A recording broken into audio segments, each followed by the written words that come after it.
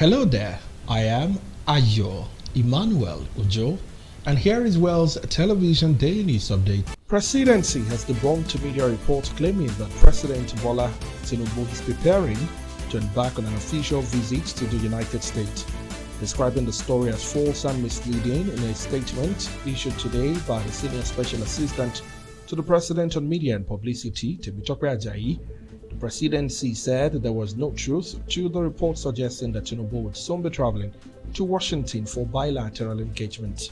Ajayi said the President's current schedule does not include any foreign trips, adding that he remains focused on domestic governance and the implementation of key economic reforms under the Renewed Hope agenda. He assured Nigerians that President Tinubu remains committed to driving economic stability, creating jobs, and strengthening democratic institutions across the country.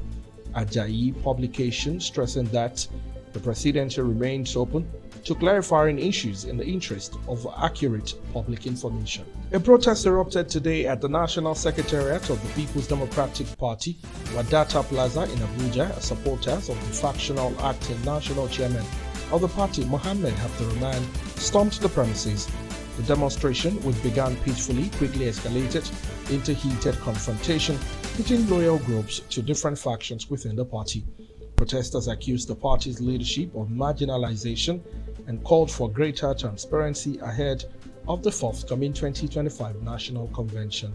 Security operatives were immediately deployed to restore order as the protest spilled into Wadata Plaza, the PDP's national headquarters. The PDP spokesperson has yet to issue an official statement, but sources told reporters that the National Working Committee is expected to hold an emergency meeting to address the grievances and avert further disruptions. In education, the Joint Admissions and Matriculations Board (JAMB) has announced the extension of the 2025 admissions deadline for public institutions to November 17, following appeals from several tertiary institutions.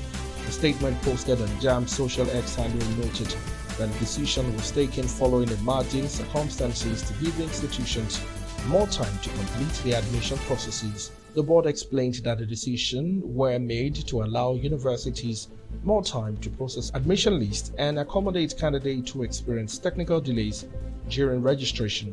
JAMB spokesperson Dr. Fabian Benjamin warned institutions against offering admissions outside the central admissions processing system, emphasizing that all offers must be ratified through JAMB's official platform. The new deadline applies only to public universities. Private institutions are expected to continue the admissions immediately. Parents and candidates have welcomed the move, describing it as a relief amidst the ongoing delay in academic calendar across several institutions. The National Drug Law Enforcement Agency (NDLEA) has uncovered a clandestine drug laboratory in Lagos State and arrested a Nigerian musician popularly known as Steady Boy in connection with the illegal operation. The NDLEA spokesperson Femi Babafemi disclosed this in a statement yesterday. He said the laboratory was uncovered during a special raid in the Lekki area, where officers found large quantities of drugs and other illicit substances. The agency said the suspect, who doubled as a music producer, had been using the studio as a front for drug distribution.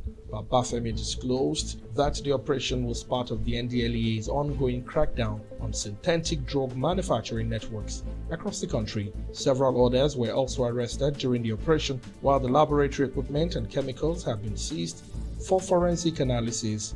The NDLEA boss, Brigadier General Buba Marwa, retired, commended the operatives for their intelligence-driven approach and vowed that the agency would continue to pause traffickers and producers no matter their cover or social class. Around the foreign, at least 20 people have been killed and more than 500 injured following a powerful 6.3 magnitude earthquake that struck northern Afghanistan today. The quake hit areas near the city of Mazar Sharif, toppling homes and damaging several public buildings. According to local authorities, rescue operations are underway across Baka and Samgan provinces, where the turmoil caused widespread panic.